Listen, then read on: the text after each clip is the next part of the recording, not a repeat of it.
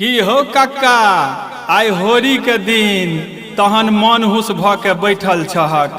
बुझल नहीं बउआ, बांग गोरल छै, माजुम बनायल छै।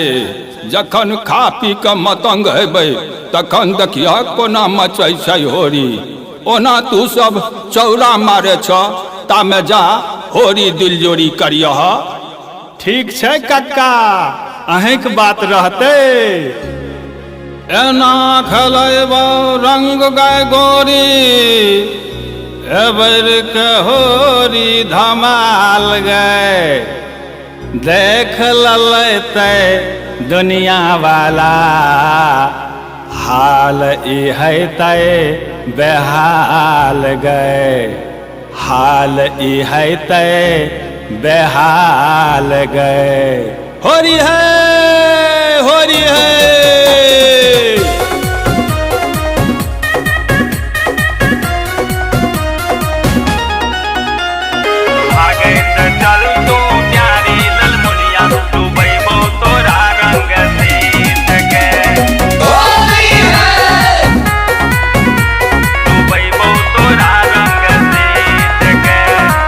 रंग भरल छै पिचकारी में, रंग भरल छै पिचकारी में। छोड़बो कुहारी हित के, हे गई छोड़बो कुहारी हित के। भागैत चल तू प्यारी ललमुनिया, डूबैबो तोरा रंग सींच के। भागैत चल तू प्यारी ललमुनिया, डूबैबो तोरा रंग सींच के।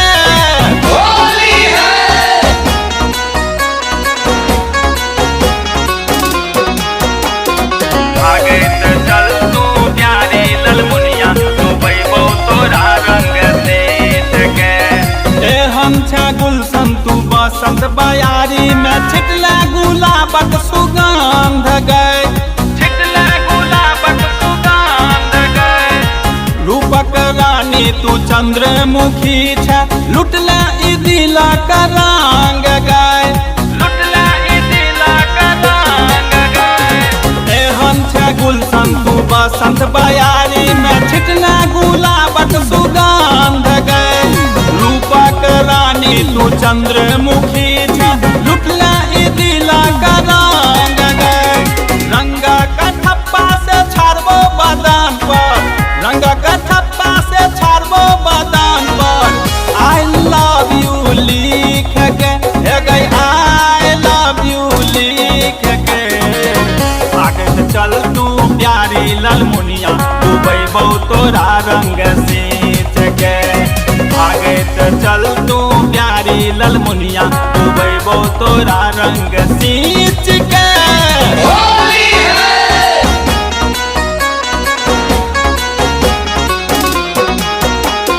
भागत चल तू प्यारी ललमुनिया, डूबैबो तोरा रंग सींच के।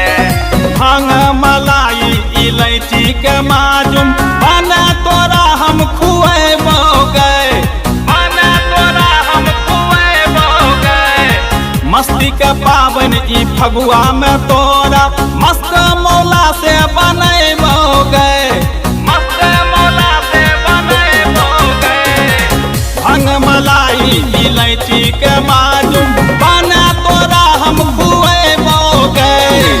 मस्ती के पावन ई फगुआ में तोरा, मस्त मौला से बनैबो गए। ढोल बजैबो मस्ती में नचैबो, ढोल बजैबो मस्ती में नचैबो। होरी का बिरहा गीत से, हे गई होरी का बिरहा गीत से। भागत चल तू प्यारी ललमुनिया, डूबैबो तोरा रंग सींच के। भागत चल तू प्यारी ललमुनिया, डूबैबो तोरा रंग सींच के।